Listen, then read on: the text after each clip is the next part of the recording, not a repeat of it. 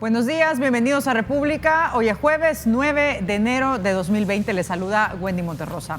Un promedio de 4 personas mueren a diario por los accidentes de tránsito en nuestro país. Un número mayor resultan con lesiones, en muchos casos de gravedad, en los más de 50 accidentes viales que se registran cada día.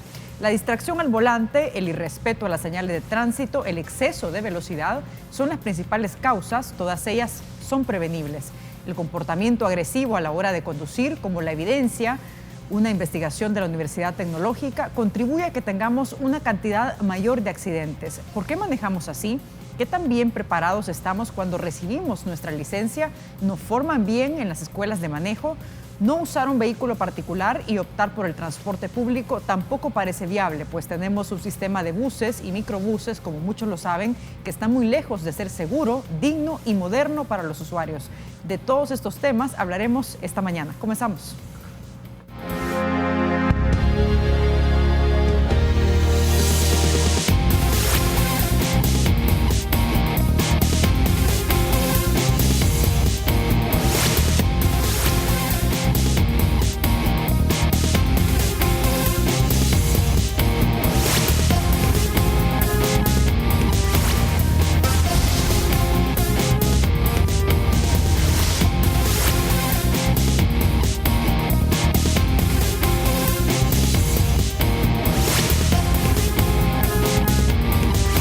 Como ya lo poníamos en contexto, damos la bienvenida a nuestros invitados esta mañana. Nos acompaña el doctor Ricardo Gutiérrez de la Universidad Tecnológica de El Salvador y nos acompaña también Mario Brand, él es representante de ACES. Doctor, ¿cómo está? Como siempre, un gusto. Buenos días, muchas gracias por invitarnos.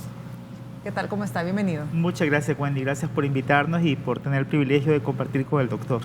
Perfecto. Les recuerdo que estamos en las redes sociales para que desde ya puedan enviarnos sus preguntas o comentarios. Esta mañana abordamos un tema muy interesante que tiene que ver con la conectividad vial, los accidentes de tránsito y el sistema de transporte. Estamos en Twitter como República 33 TV. Nos encuentra también a través de WhatsApp 7318-7627. Estamos en Facebook como República TV 33 y nos encuentra también en nuestra página web www.canal33.tv.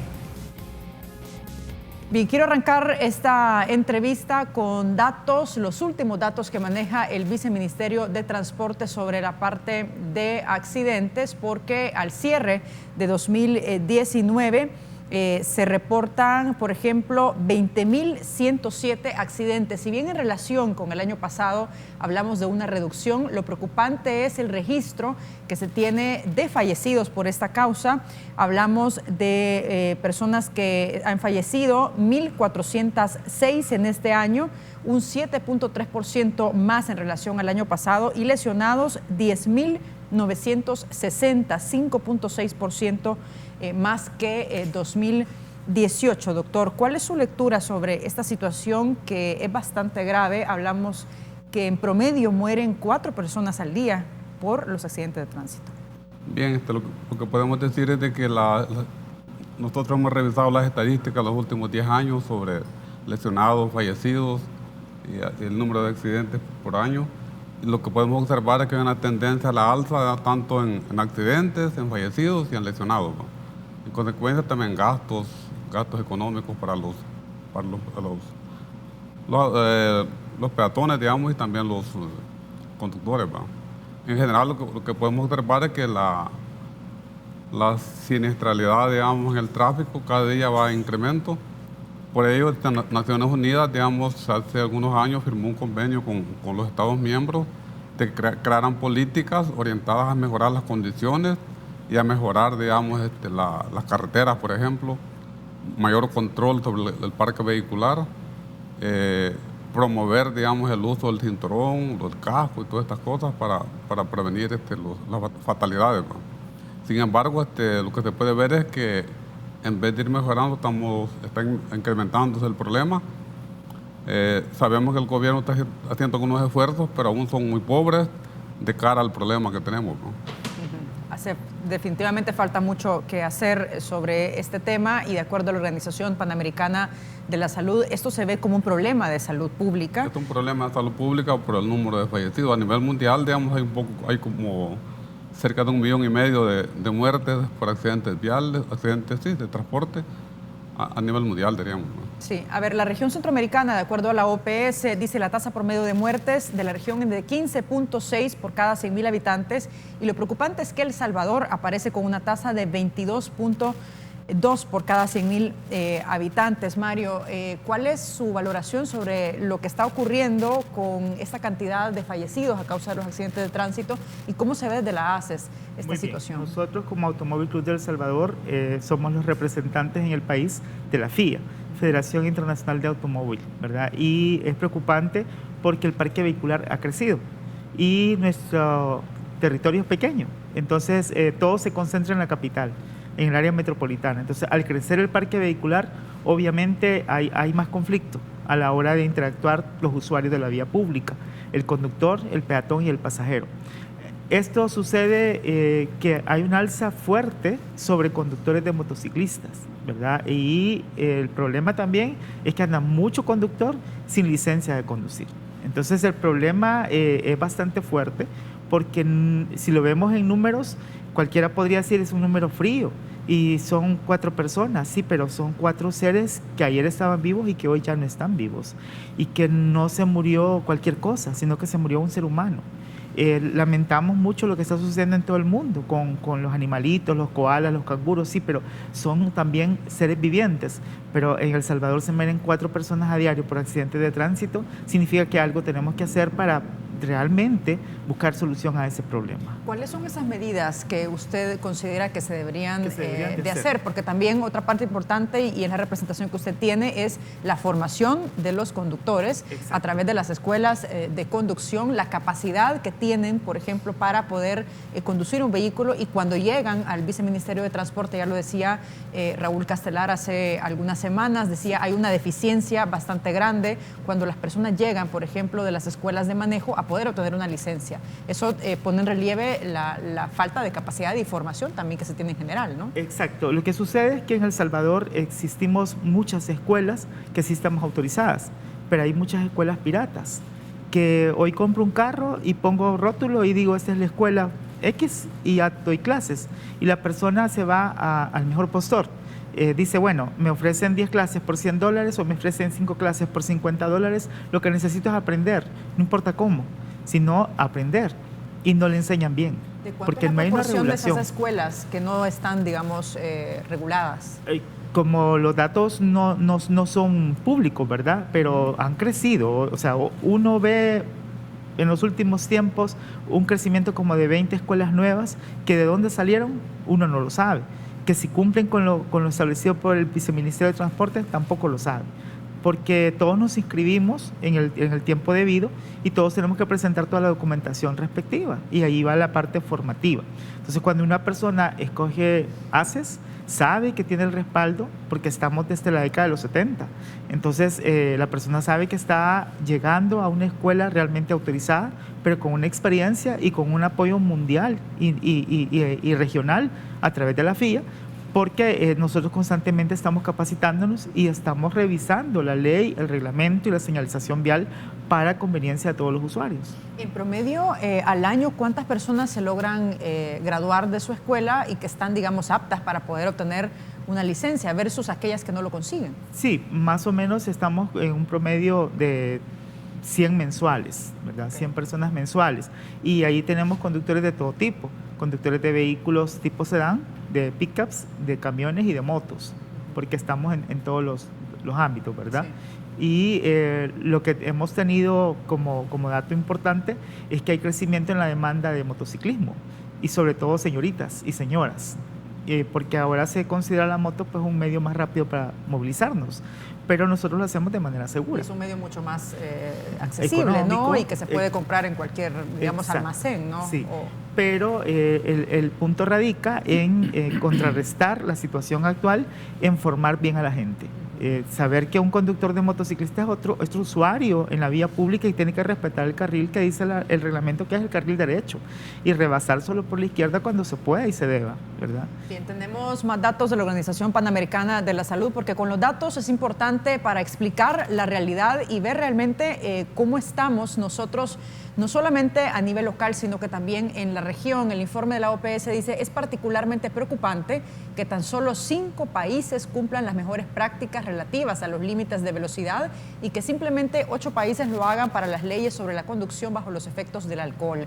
Hay que prestar especial atención al fortalecimiento del control de la velocidad y de las políticas de reducción del consumo del alcohol. Tenemos más información sobre este informe de 2019 de la OPS. Dice, las muertes causadas por el tránsito son la segunda causa principal de mortalidad en adultos jóvenes de 15 a 29 años.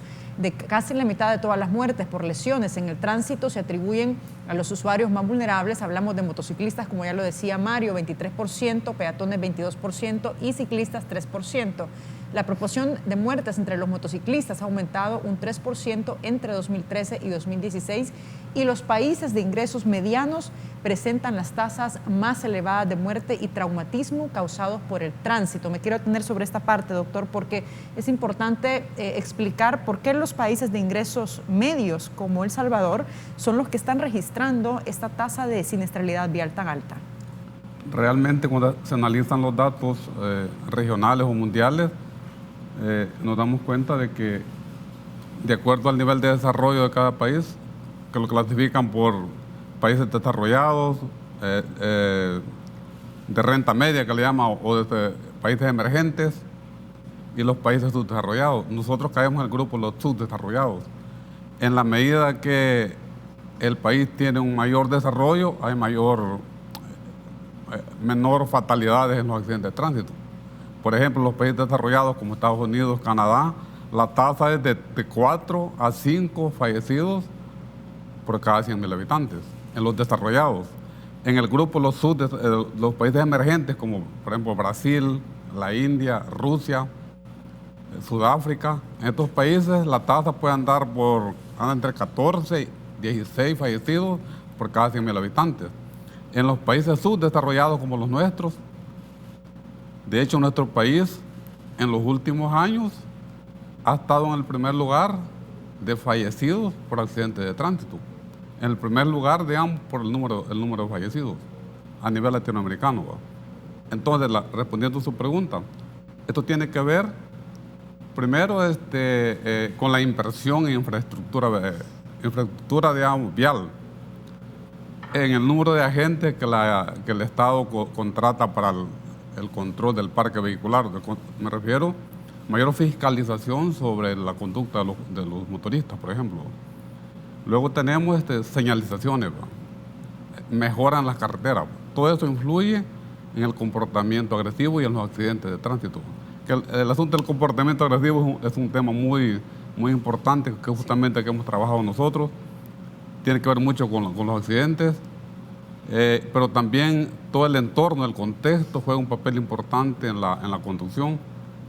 Y ya Mario decía sobre la formación. Sabemos que nuestro país viene de no tener escuelas de manejo a tener muchas escuelas de manejo.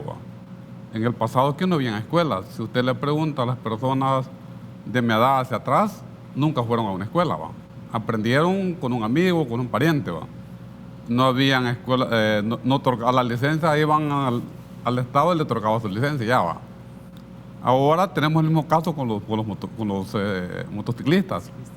Hasta hace un año para acá, el Estado comenzó a pedirle documentos porque el año pasado aún todavía más de la mitad de los motociclistas no tenían licencia. Exacto. Ni tenían tarjeta de circulación. Eso lo confirmaba en la gestión pasada del Viceministerio de Transporte. Entonces sucede que ahora estamos mejorando y justamente este sector es el que, según lo que acaba de leer usted ahí, según la OPS, es el segundo sector más afectado, diríamos, por los accidentes de tránsito.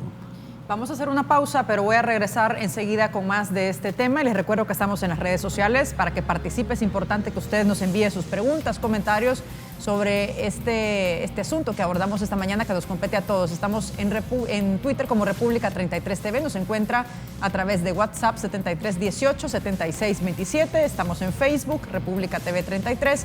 Y también en nuestra página web www.canal33.tv. Volvemos.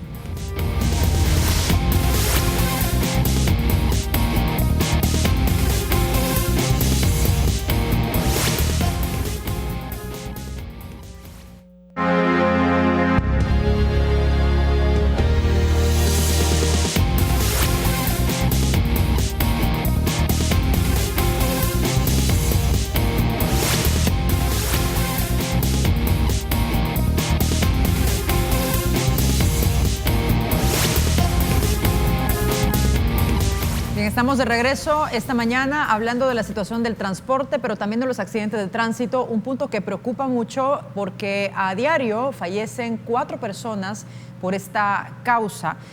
Estamos platicando con el doctor Ricardo Gutiérrez de la Universidad Tecnológica de El Salvador, con Mario Gran, representante de ACES, y se va a sumar a esta conversación vía Skype Jonathan Canales. Él es especialista en el tema de transporte desde Canadá. Nos acompaña. Jonathan, buenos días.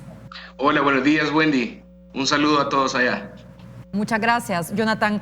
Estamos hablando sobre la situación del transporte, movilidad, pero no nos podemos dejar de preguntar por qué suceden tantos accidentes de tránsito en nuestro país. La Organización Panamericana de la Salud destaca que los países más desarrollados son los que presentan menos este tipo de cifras de casos, y en el tema de El Salvador, por ejemplo, somos uno de los países con la tasa más alta de accidentes de tránsito de la región. Desde su experiencia, ¿cómo se puede explicar este fenómeno?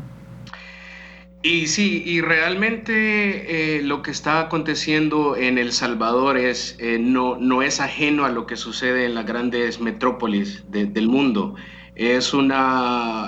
Realmente es una epidemia lo que está matando la salud, y no solamente de la población, sino que también de la ciudad.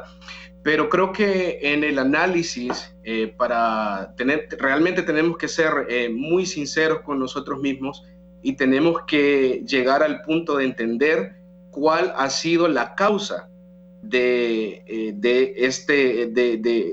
esta alza en el índice de accidentes. Y tenemos que llegar al punto en que hemos apartado realmente el problema que originó esto. Y yo te menciono esto porque estaba escuchando al profesor de la universidad, y es interesante porque cuando tú ves la segregación que hay en la planificación vial y la administración de la obra pública, se genera un vacío enorme, dando como resultado los altos índices de accidentes. El día de ayer yo más o menos realizaba un pequeño análisis. El padrón el padrón o el parque vial de la ciudad de San Salvador equivale a 487,458 vehículos. Y la población, solo para darte un ejemplo, la población de los seis municipios más poblados de San Salvador equivale a un número de 1,053,592. Quiere decir que el 53% de esa población está siendo fuera de la ecuación. Quiere decir que todo nuestro análisis va enfocado únicamente al automóvil.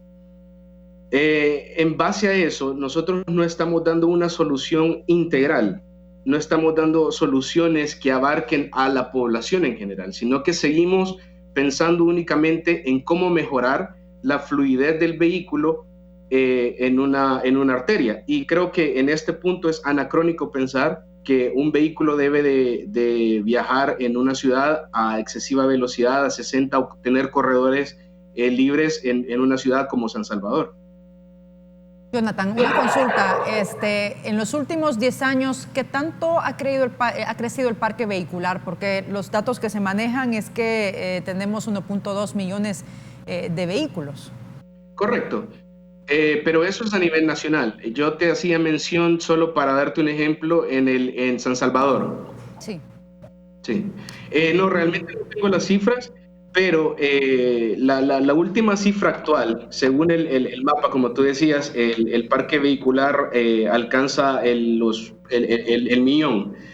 Pero realmente hemos estado dejando nuestro enfoque de movilidad. No lo hemos estado integrando, y tenemos que llegar al punto de entender qué ha generado ese problema. Y una de las grandes falencias que nuestro sistema de movilidad tiene es la segregación que hemos hecho en las oficinas de la administración y planificación vial.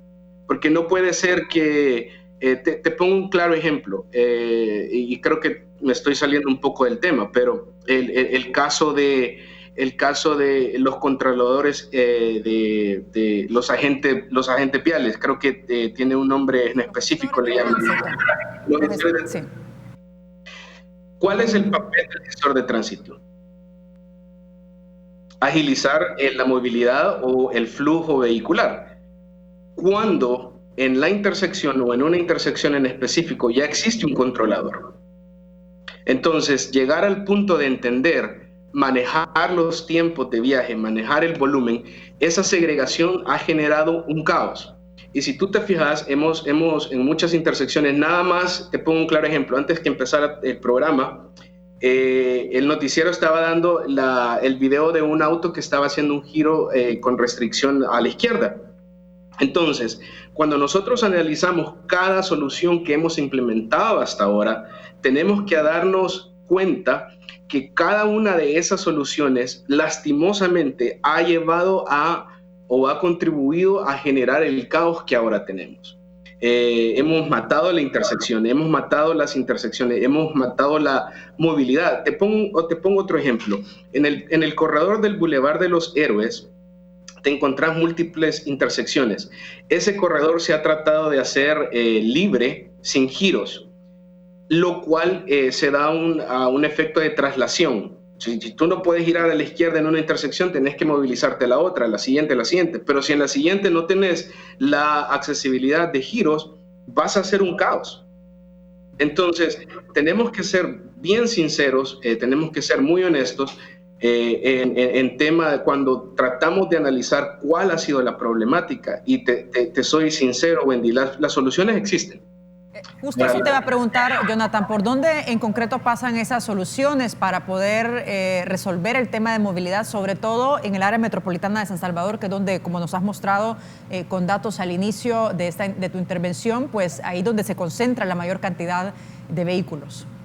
Y las soluciones existen. Y como te decía, una de las grandes faltas que hemos tenido es no tomar ese 53% de la población para darle un sistema de movilidad digno. Ahora, la inclusión o el mejoramiento de nuestro sistema de transporte público es, sin lugar a duda, algo que tiene que ser prioridad para cualquier ente rector o para cualquier gobierno entrante. Tiene que ser, es crítico. Ahora, la inclusión, asimismo, de ciclovías, de la inclusión de transporte que no sea motorizado es importante. No puede ser que nosotros diseñemos o creemos o construyamos obras de infraestructura basados en un 48% de la población, que es solamente el vehículo, y dejemos el resto de un lado.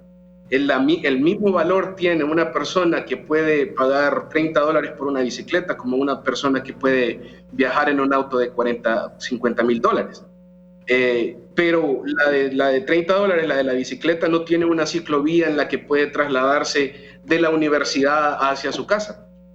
Entonces, partiendo de que no podemos crecer en infraestructura en función de la demanda vial, nos da los parámetros para analizar que nuestro sistema de transporte tiene que ser saneado, en especial desde el transporte público, y que las propuestas que hagamos tendrán que ser integrales e inclusivas. ¿Qué tipo de ejemplos podemos adoptar nosotros de otros países en el tema de movilidad y no se diga de sistema de transporte? Porque el sistema de transporte nuestro tiene serias deficiencias. Carecemos de un sistema de transporte digno para el usuario, moderno, ágil y, por supuesto, seguro. Y claro, para responderte a la pregunta, Wendy, si nosotros nos vamos a la ley, la actual ley vigente, te das cuenta que el Estado es propietario de las líneas y las rutas de los autobuses. Y por eso te hacía mención que tenemos que ser bien honestos con nosotros mismos para analizar cuál ha sido el problema y cuál es la verdadera solución que le debemos de dar. Ahora, si utilizamos el ejemplo de las ciudades como Toronto, como Londres, Bogotá misma, Ciudad de México. Cada ciudad debe de ser analizada en función de sus necesidades. Las soluciones existen y una de ellas es dejar de diseñar nuestras ciudades en función del vehículo y que sean más humanas. En este caso, mejorar los sistemas de transporte público y impulsar al transporte no motorizado. Sé que es una tarea bien difícil, pero no es imposible. Tenés el caso de la ciudad de Londres, que ellos utilizaron un sistema de peaje urbano para poder liberar su centro de la ciudad. Cada vehículo que entra desde las 6 de la mañana hasta las 7 de la tarde debe de pagar un peaje de $20. Obviamente, para poder movilizarse dentro del centro de Londres, ellos deben de proveer un sistema de transporte digno. Entonces, la pregunta es, ¿cómo hacemos para que las personas dejen de utilizar sus vehículos? Y la respuesta es diseñar y construir un sistema de transporte digno para El Salvador. Y te hacía la mención del parque vehicular de San Salvador, que es de $500,000, y solo tomando como referencia los 6 municipios de mayor población. Jonathan, tengo que hacer una pausa, pero voy a regresar contigo más adelante porque hay mucho más que preguntar, y sobre todo si nos detenemos en la parte del transporte digno para los usuarios, un transporte moderno, y hacia dónde debería de apuntar El Salvador en este sentido. Hacemos un corte, regresamos en breve con más de República.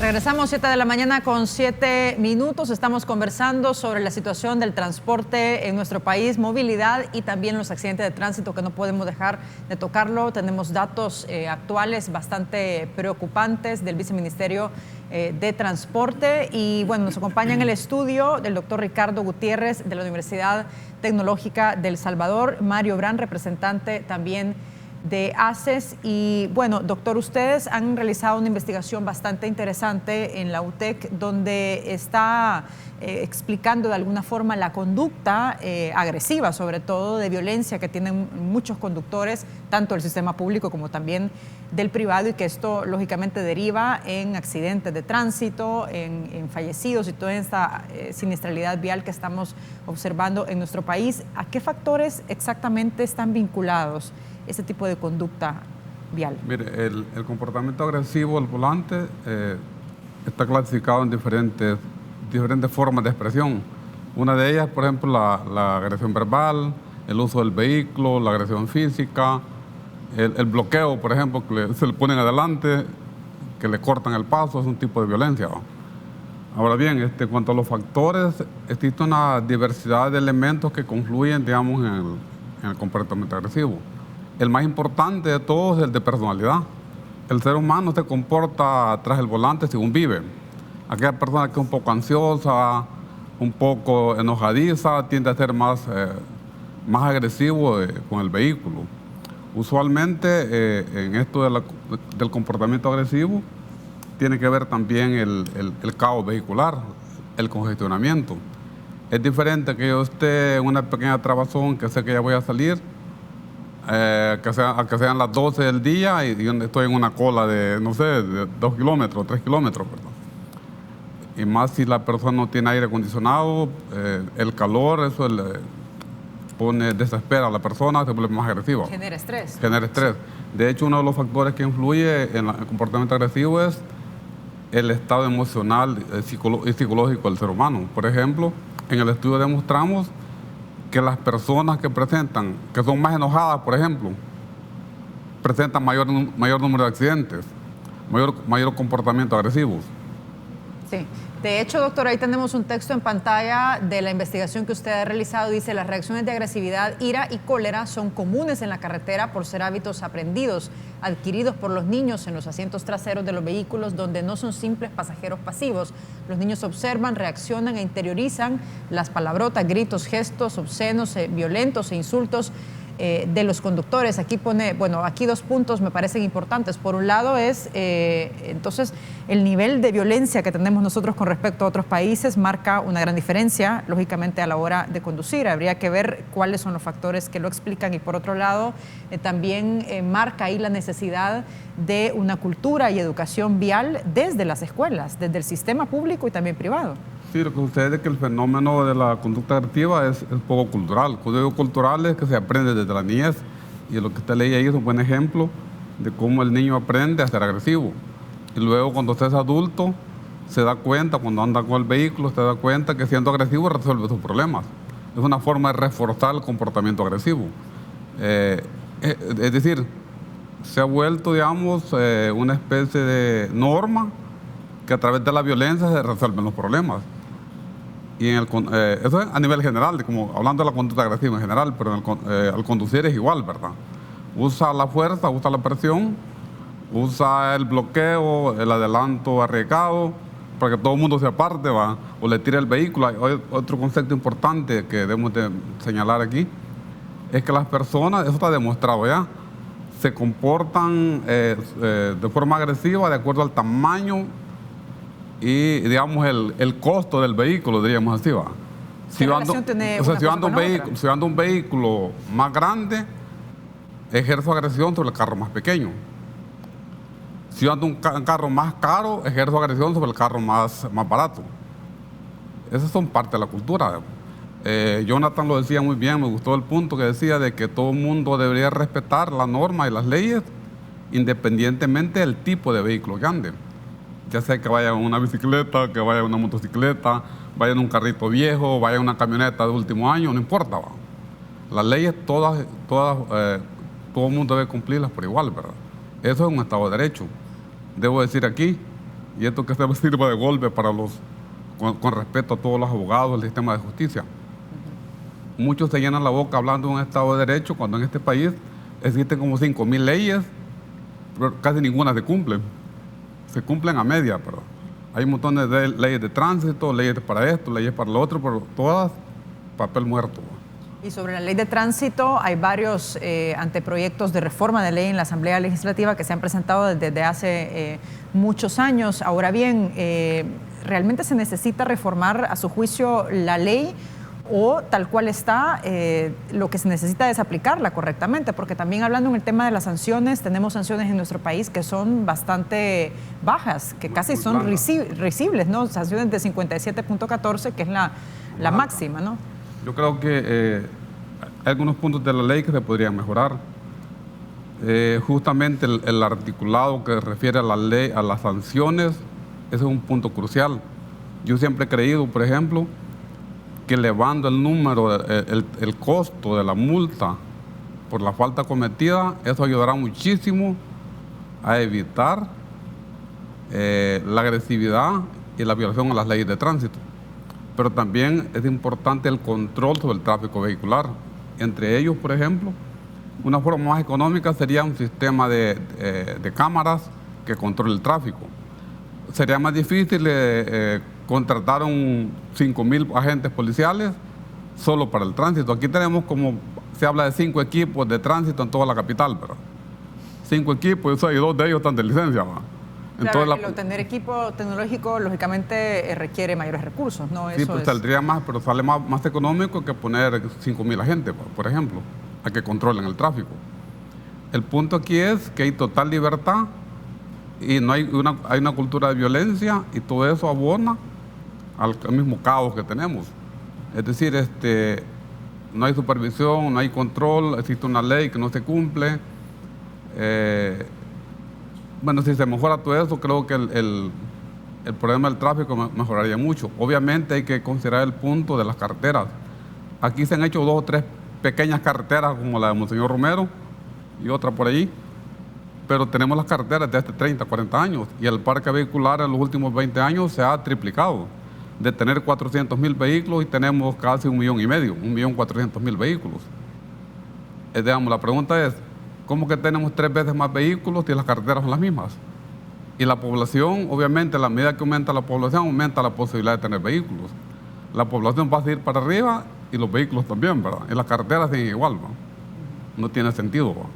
Sí, sobre el tema de la legislación, Mario, ¿qué cree usted a su juicio que ha faltado por hacer y por qué no ha existido hasta el momento un interés real de parte del Congreso, de la Asamblea Legislativa, para poder establecer medidas, digamos, y reformar la ley y hacer una legislación un tanto más fuerte, reducir esos accidentes de tránsito? Pongo el ejemplo y a veces insisto con ese tema porque realmente me parece un tema bastante grave.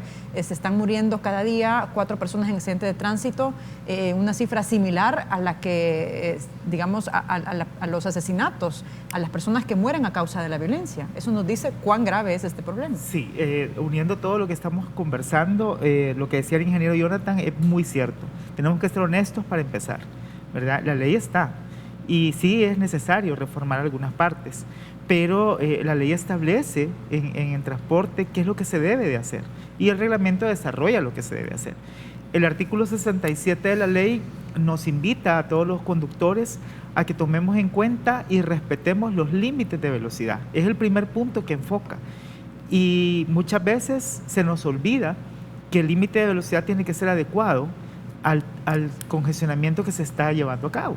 Entonces, la vía pública, la infraestructura, no podemos cambiarla en corto tiempo, pero tenemos que ver si la situación es el origen del problema o las consecuencias de esos problemas. El origen es que no ha habido en todos estos años realmente una autoridad que tome las riendas y que diga esto se va a hacer de esta manera. Entonces, la infraestructura.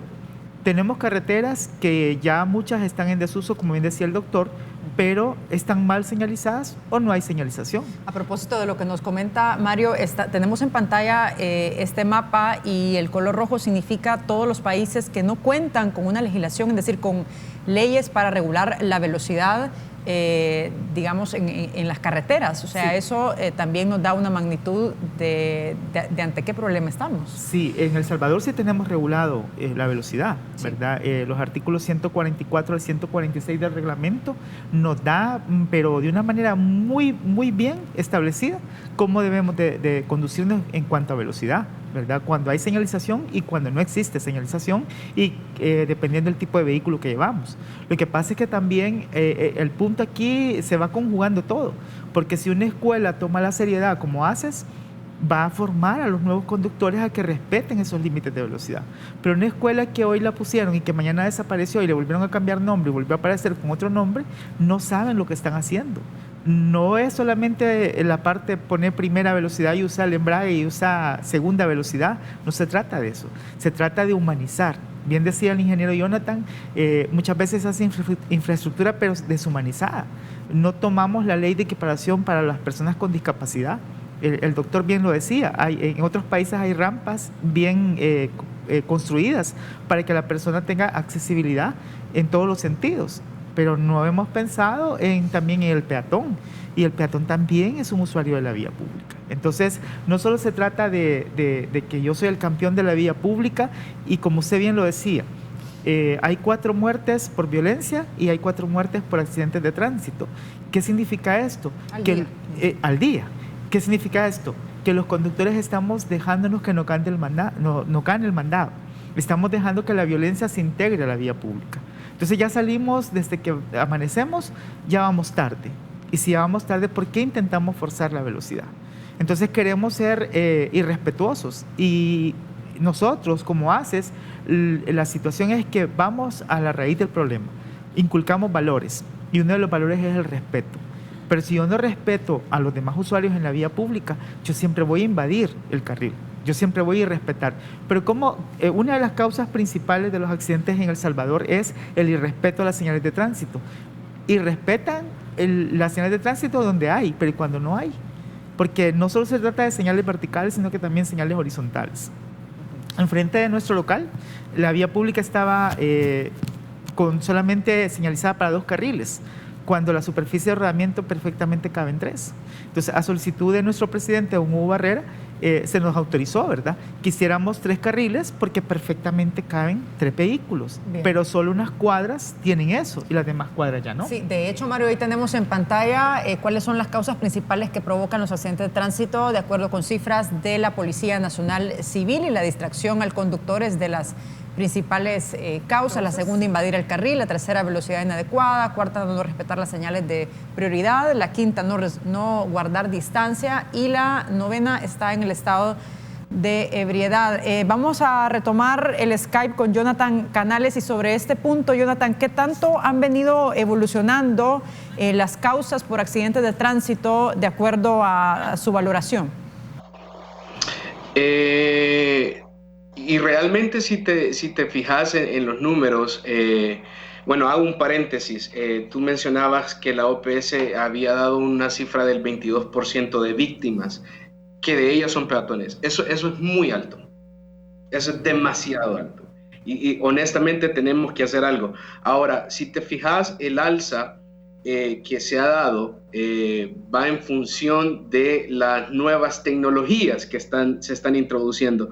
Ves que los accidentes ahora se generan más por distracción, y cabe mencionar por los celulares.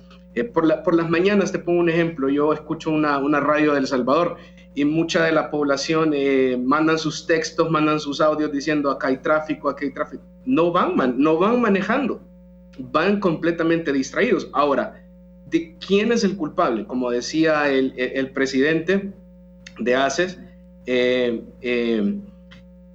tenemos el reglamento, tenemos la información necesaria. ¿Quién la hace valer? Ahora, un claro ejemplo. ¿Qué significa cruzar una línea sólida blanca o amarilla? ¿Cuál es la diferencia entre las dos? Entonces, cuando juntamos todos esos factores en una sola ecuación, nos damos cuenta que la población tiene que ser más informada, más educada, pero también, sobre todo, aparte de eso, tiene la ley que tiene que hacerse valer. Y tiene que ser en conjunto con las autoridades que tienen la administración y que la hacen cumplir. En este caso, la policía y la general de tráfico y transporte. Una de las cosas, te hago una observación así rápida. Estaba siguiendo, y espero sea un comentario constructivo, pero el BMT estaba levantando vehículos no estacionados. Yo no sé en qué momento se segregó la policía y se hizo el BMT el agente para hacer valer la ley de tráfico y transporte. Entonces, esos pequeños ejemplos son los que trato de hacer mención para que veamos la fractura que tenemos en nuestro sistema. Ahora, obviamente, el alza en los tipos de accidentes se van dando por la incapacidad o la poca tolerancia que nosotros tenemos para soportar las largas horas de espera en un sistema de tráfico ya colapsado. Y como te hacía la mención, si en una intersección tú no puedes girar a la izquierda y en la siguiente tienes la misma restricción y en la siguiente, lo que va a suceder es que vas a hacer una vuelta en U en cualquier lugar. Y si tenés un policía enfrente que no sabe que es cruzar una línea amarilla sólida, en este caso es una señalización horizontal, te fuiste. Entonces es una mezcla a donde tenemos que llegar a un conjunto y tenemos que darle una solución integral. Jonathan, tengo que hacer un corte, pero me gustaría regresar contigo porque tú has realizado un informe analizando, haciendo un diagnóstico de la situación de movilidad de El Salvador, y también has realizado este informe donde propones 5 soluciones, y me gustaría que al regresar pues nos explicaras en qué se basan estas 5 soluciones. Hacemos una pausa y regresamos con más de República.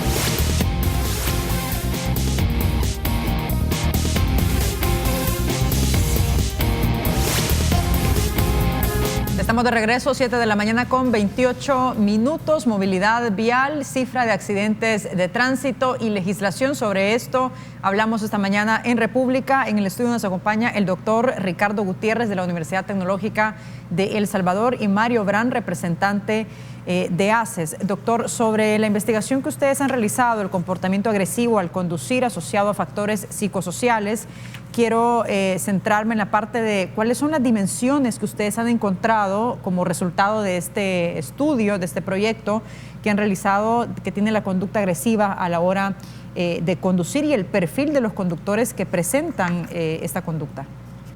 Bueno, mire, nosotros evaluamos una serie de dimensiones relativas al comportamiento tras el volante, ¿va? Entre ellos, por ejemplo, evaluamos el estrés, la ansiedad, depresión, salud mental, evaluamos diferentes dimensiones de comportamiento agresivo, como la agresión física, agresión verbal, el uso del vehículo, y al final hicimos contrastes, comparaciones, por ejemplo, por sexo, por edad, por región. Comparamos para establecer diferencias estadísticas entre estos grupos. Y lo que podemos observar en sentido amplio es, primero, que hay ciertos, en este estudio último que hicimos, hemos hecho dos estudios, ¿va? En el estudio del 2009, por ejemplo, en este estudio, que es un poco más anónimo de parte de los conductores, me parece que este estudio reflejó claramente el comportamiento de los conductores, en el sentido de que el evaluador no estaba frente al Hablamos evaluado, de conductores del sistema público y también privado. Público y privado. ¿Cuánto fue la muestra de...? En el 2009 fueron como 1,000. El de ahora, el del 2017, fueron 1,150. ¿El rango de edades de estos conductores? El rango de edades, bueno, de 18 hasta 50 años. El punto es que, en general, todos los conductores son agresivos, tanto públicos y particulares. Lo curioso es que el estudio actual, por ejemplo, los conductores de buses reflejan menos comportamientos agresivos en el estudio último, pero en el anterior sí salían muy elevado el comportamiento agresivo de los conductores del transporte público. Lo que sucede es que en el estudio último se hizo una encuesta donde había un evaluador, diríamos, un entrevistador, y eso puede afectar la respuesta que da el conductor, porque hay un concepto que se llama deseabilidad social. Es decir, la persona pretende dar una imagen según la norma social o las expectativas que la sociedad tiene, ¿va? Entonces, yo creo de que en este estudio, obviamente salen más agresivos, por ejemplo, con mayor índice de agresividad, los conductores de taxis, conductores de pick-up, conductores particulares, y luego le siguen los microbuseros y los buseros, en ese orden. A ver, ¿los conductores de taxi son más agresivos que los buseros? ¿Que los buseros? Sí. Cuesta creer eso. Así dice. Eso es de los datos. Por eso yo no me fío del todo de los resultados obtenidos en cuanto a los conductores del transporte público. Doctor, aquí hablamos de factores psicosociales, pero ¿qué tanto pesa el consumo del alcohol y las drogas? Bueno, mire, el factor del consumo del alcohol, de hecho en este estudio, un 40% de los entrevistados dice que consumían alcohol de vez en cuando o una vez por semana. El 40%, alcohol o drogas, ¿no? Y el consumo de alcohol y drogas se demuestra en el estudio cuando contrastamos con los que tuvieron accidentes, los que no tuvieron accidentes. Este sector que consume alcohol y drogas es el que tiene mayor número de accidentes y más fatales, diríamos, más hay personas afectadas, ¿verdad? Significa que el consumo de alcohol y drogas, de hecho a nivel mundial, es una de las causas principales de los accidentes de tránsito. O sea, de hecho, 9 de cada 10 personas que tienen accidentes de tránsito se encontraban bajo los efectos del alcohol, ¿va? Esto es el 90%. ¿va? Hablando un poco del perfil de estas personas, las que llegan a ACES, por ejemplo, ¿cuáles son las condiciones que tienen y por dónde pasa ese proceso de formación? Es decir, ¿cómo llegan estas personas a obtener su licencia al Viceministerio de Transporte? Muy bien, tenemos dos tipos de poblaciones: los que quieren aprender a manejar en la escuela de manejo y los que quieren recuperar su licencia porque está decomisada o bloqueada. que son los cursos de reeducación vial. Hemos leído el estudio del doctor, ¿verdad? Y de la tecnológica, y es bien interesante porque en el curso de reeducación vial, que nació bajo ley en el 2007, en el 119K, establece que por cada 4 infracciones del mismo tipo en el mismo año fiscal hay un curso de reeducación vial, o por cada 7 esquelas diferentes hay otro curso de reeducación vial. Y la persona se da cuenta siempre que va a hacer un trámite en el viceministerio. Entonces, los que llegan más seguidos son los de transporte colectivo, pero no es porque ellos sean los que cometan más infracciones, sino que son los que se dan a cuenta a tiempo, porque cada año hay que renovar el carnet de conductor. Entonces, ellos tienen obligatoriamente que llegar, y llegan, y a veces llegan agresivos, ¿verdad? No llegan contentos de que tienen que hacer un curso de 2 días, de 12 horas, y que tienen que aprender sobre manejo defensivo.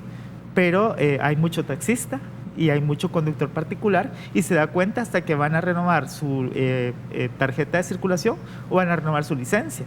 Entonces, los conductores, los nuevos conductores, los que aspiran a ser conductores, llegan con muchos sueños, con muchas ganas de aprender, porque ya están en la edad juvenil, ¿verdad? Que es de las edades más propicias para aprender. Entonces, El Salvador es un país privilegiado porque tenemos licencia juvenil. Entonces, a los 15 años un joven ya puede obtener su licencia juvenil con las características que el viceministerio establece, ¿verdad? Que tiene que presentar 2 fianzas.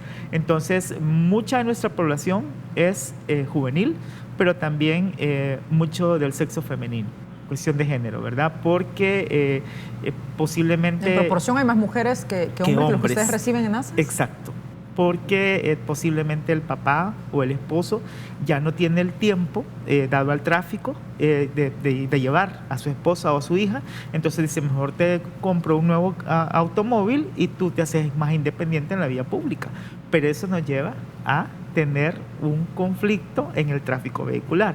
Interesante lo que decía el ingeniero Jonathan, ¿verdad? Muchos cruces a la izquierda están suprimidos, pero viene el punto, ¿qué tengo que hacer yo para mejorar esa situación? Planificar mi ruta. Si yo planifico mi ruta, yo sé estratégicamente a dónde puedo girar y no puedo girar. Y entonces todos tenemos que buscar la solución, ¿verdad? Va a ser interesante escuchar las propuestas que hace el ingeniero Jonathan, porque muy atinada la participación tanto del doctor como del ingeniero en cuanto a lo que estamos hablando de. Y de hecho vamos a retomar, ¿verdad?, con Jonathan de nuevo. Jonathan, si estás con nosotros para hablar sobre las propuestas que usted ha realizado para mejorar la movilidad vial en nuestro país.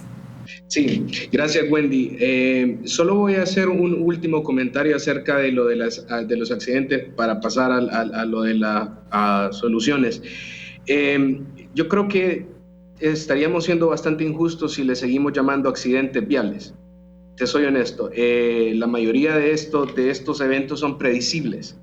Y cuando tú ves las estadísticas, los números que ya antes nos mostrabas, distracción, manejar bajo los efectos del alcohol y droga, eso no se convierte en un accidente. Eso se convierte en un acto criminal. Entonces, cuando hacemos la pregunta si necesitamos modificar la existente ley de tráfico, por supuesto, definitivamente. Ahora, ¿pero en qué sentido, Jonathan? ¿En qué sentido? Porque hay varias propuestas que se han presentado en el Congreso donde destaca, por ejemplo, el aumentar las sanciones. ¿Será realmente esta una solución? Aumentar las multas, el monto que actualmente se tiene, bueno, la máxima, como tú sabes, es 57.14. ¿Sería esto parte, digamos, de lo que se debe hacer para mejorar este fenómeno, este problema? Y sin duda, no me cabe la menor duda, Wendy, pero la modificación debe de ir en función a las características actuales de nuestro sistema. Quiere decir que si a una persona se le es encontrado un cierto grado de alcohol, no puede ser tratado como un accidente de tránsito. Es un acto criminal, estás poniendo en riesgo la vida de muchas personas. Entonces la ley tiene que ir en función de eso. Obviamente, si lo vemos en el sentido monetario, si modificamos la ley o las multas, y no solamente va a ser quien va a dar la solución, porque te pueden poner una multa de $300. Y si continuar con la licencia por 1 año, por 2 años o hasta que se te venza, y entonces no solucionamos nunca el problema. Solo estamos trasladando de un punto en el tiempo hacia el otro. Entonces tiene que haber tiene que haber un trabajo de grupo y en conjunto para poder darle la mejor visión a las reformas de ley en ese caso. Sí. A ver, Jonathan, ¿cuáles son tus propuestas para poder mejorar esta situación tan preocupante de movilidad vial, sobre todo la que se concentra en el área metropolitana de San Salvador?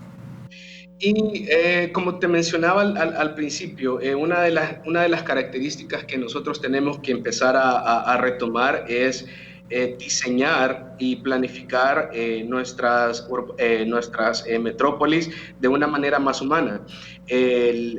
No quiero caer en el punto de decir que las actuales obras que estamos haciendo están malas, sin lugar a duda. No quiero caer en eso, pero si hacemos un análisis a detalle, ¿cuál es el resultado que esperamos de esas obras que estamos realizando?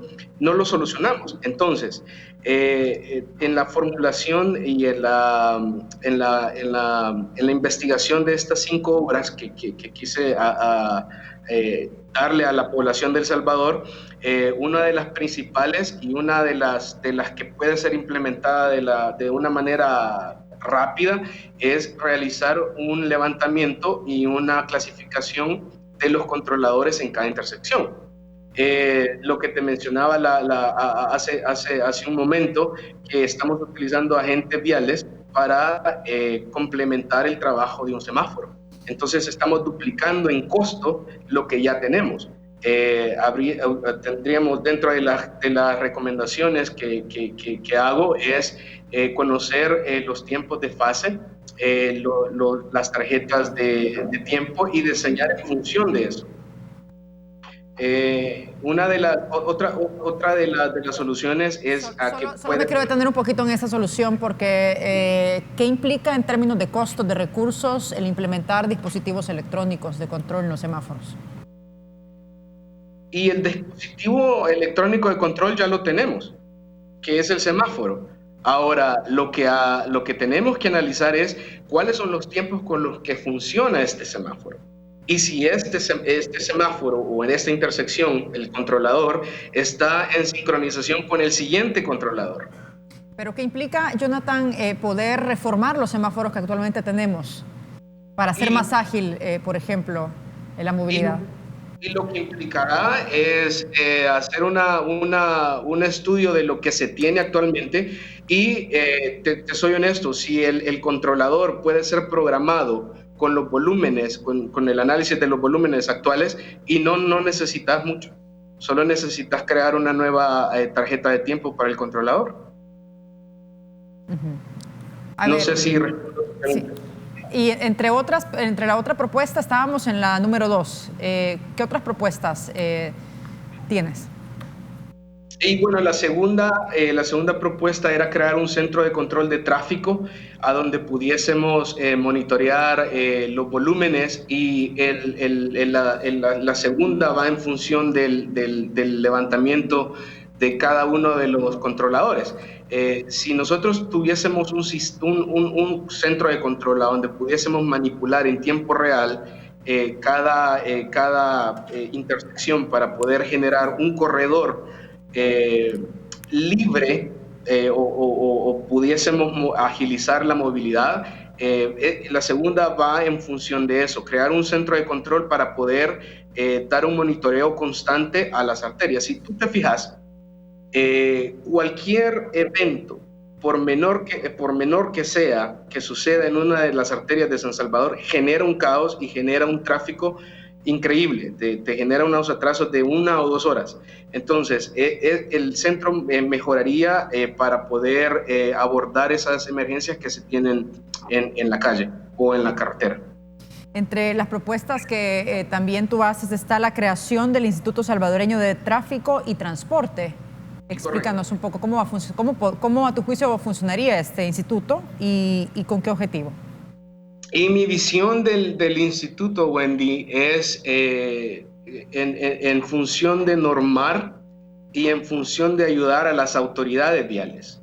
y no puede ser que tengamos ley, como te digo, la ley existe, tenemos un manual que es para la señalización horizontal y vertical, que es el manual de la SIECA, pero no lo hacemos valer. Si tú te fijas, incluso se deben diseñar y se deben de proporcionar planes de tráfico aún durante la construcción de obras viales.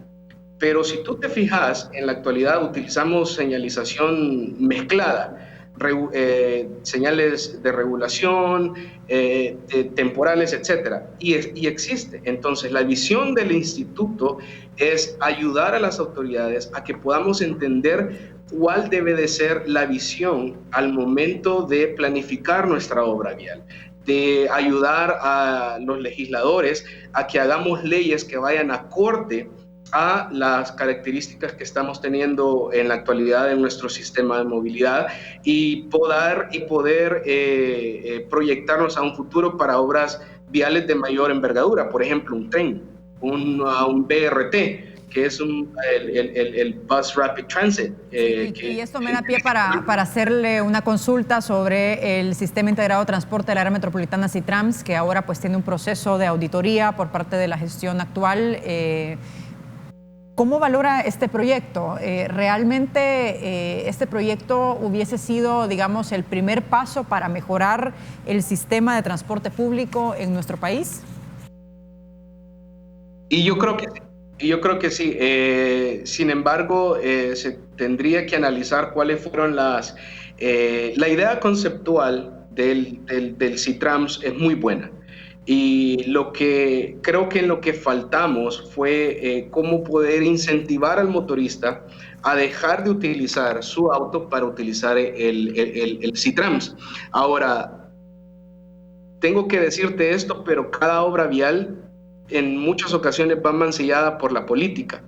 Y el corredor del SITRAMS se aperturó, y cuando realmente no daba la solución final de movilidad a cierto sector de la población. Entonces, pero la idea conceptual es muy buena.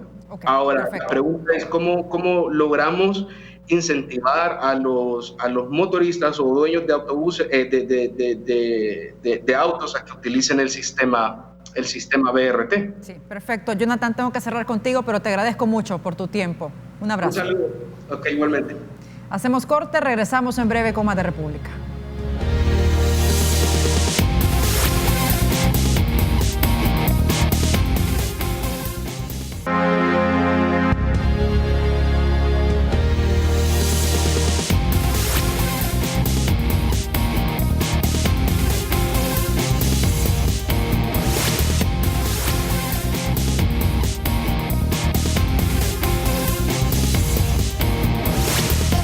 Estamos ya en el último bloque de esta entrevista y me gustaría pues terminar con conclusiones. ¿Cuáles son sus valoraciones finales sobre las posibles soluciones al problema no solamente de los accidentes de tránsito, sino que también al tema de la movilidad vial y algunos elementos que nos compartía Jonathan en el Skype de, digamos, las posibles soluciones o mecanismos que se podrían establecer, doctor, para poder mejorar este problema? Bien, yo creo de que en general el Estado tiene que evaluar el sistema actual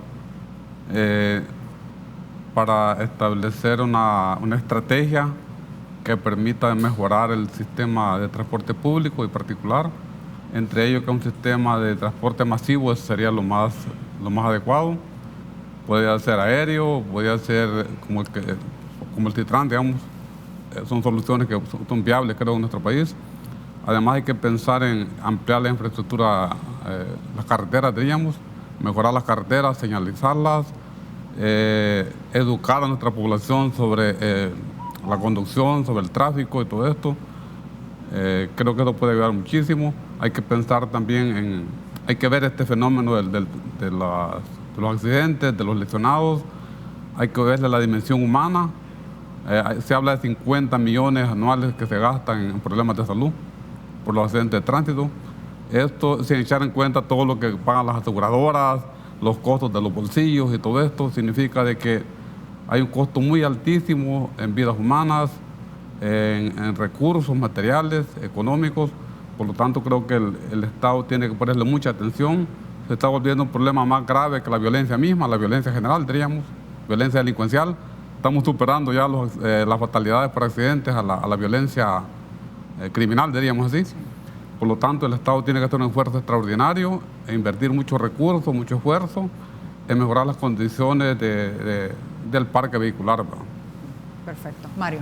La solución al problema radica en todo, ¿verdad? Primero, empoderarnos. El artículo 9 del reglamento define bien las funciones de la Policía Nacional Civil, ¿verdad? Que está bajo la Dirección de Tránsito, bajo el Viceministerio de Transporte. Y entonces ellos tienen que empoderarse para que las cosas empiecen a cambiar. Tenemos que ir a la raíz del problema. Las causas van a seguir dándose si los problemas siguen presentes, ¿verdad? ¿Sería solo ese el desafío que tiene el Viceministerio de Transporte o qué otros tiene mecanismos? fuerte ¿Como cuáles, por ejemplo? Por ejemplo, todo, ¿verdad? Las escuelas de conducción, los conductores actuales, quienes planifican el Estado a través del Ministerio de Obras Públicas, y va a ser interesante la entrevista el día de mañana, ¿verdad? Sí, exactamente. Porque nosotros estamos muy de acuerdo en muchas de las cosas que el ministro actual está haciendo, ¿verdad? Pero, como bien decía el ingeniero Jonathan, hay que humanizarlas más, las vías públicas, ¿verdad? Entonces, yo solo hago un análisis. Habemos 4, el doctor, usted, el ingeniero y yo. 4 personas que pudimos fallecer por un accidente de tránsito y ya no estar más, y todo lo bueno que hicimos se quedó en el olvido porque alguien se distrajo, porque alguien no respetó la señal, porque alguien se pasó el semáforo en rojo. Entonces todos tenemos que estar inmersos en esto. Si es un problema de salud pública y con estas cifras que tenemos, digamos, ¿por qué no se tiene tanto el interés, no solo de parte de los diputados de reformar estas leyes, esta ley, sino que también de los ciudadanos en general? ¿Qué nos hace falta? ¿Serán más campañas de información o estamos hablando de un proceso cultural y educativo, digamos, un tanto más profundo? Ese es el punto, ¿verdad? Que todos tenemos que unirnos a una mejor educación vial. Si todos nos unimos, los que estamos involucrados en esto, a una mejor educación vial, vamos a transformar con una mejor cultura vial y eso va a ser una mejor seguridad vial. Perfecto, les agradezco mucho por habernos acompañado. Muchas gracias, doctor. ¿Algo más que quiera agregar? No, muchas gracias a usted por invitarnos y felicitar pues, al canal por darle mucho énfasis a esta temática. Sabemos que este es un tema de país, es un tema que debe tratarse regularmente, digamos, en los medios de comunicación. Creo que el Canal 33 está haciendo un buen trabajo en este sentido. Ha estado frecuentemente, digamos, trayendo invitados y el tema ha sido una constante, digamos, en los últimos 2 o 3 años. Perfecto, muchas gracias. Con esto cerramos y les invito a que no se pierdan la entrevista a República mañana porque va a estar con nosotros el ministro de Obras Públicas. Fuerte abrazo, buenos días.